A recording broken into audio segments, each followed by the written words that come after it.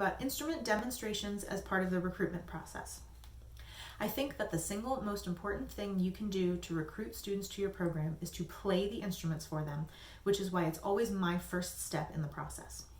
It's so hard for students to choose an instrument just based on what it looks like. And if they make a choice and they dislike the sound, then they might quit immediately.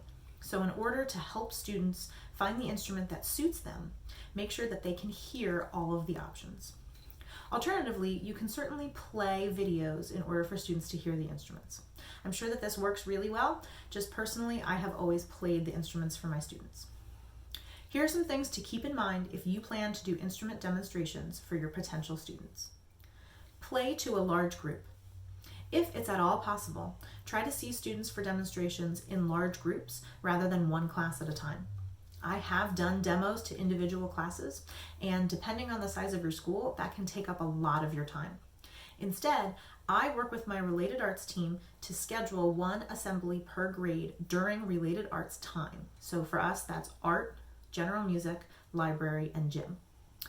Most recently, I've done this in a large space in the school, like the gym or the cafeteria, and I do one demonstration per grade level, so one for 4th grade and one for 5th grade. The best part about this is that I don't even need to go to the classroom teachers to schedule it, and my fellow related arts teachers get an extra planning period. Schedule your time. For an effective instrument demonstration, I need to be able to play every instrument that my program offers. So for me, that's flute, oboe, clarinet, alto sax, trumpet, horn, trombone, baritone, and percussion. It is a lot to get through, and I want to make sure that I don't miss anything. So I schedule everything out before my assembly starts. I choose a song for each instrument ahead of time. I have the entire space set up with all of the instruments ready to play before the students even enter the space. If I need music, I make sure that it's easily accessible and that it's easy for me to switch between instruments quickly. Play fun music. If I'm trying to get students excited about band and interested in joining the program, I'm not just going to play hot cross buns on every instrument. Instead, I'm going to play music that students will recognize and enjoy. So I'll choose easy melodies from pop songs and movie music so that students are engaged. Sometimes, if I want students interested in a particular instrument, like oboe or baritone, I will specifically play an awesome song on that instrument. I'll usually see that reflected in the enrollment numbers, even though I always reiterate that students can play any song on any instrument. Answer student questions. I always make sure to leave a little bit of time at the end of my demos in order to answer student questions.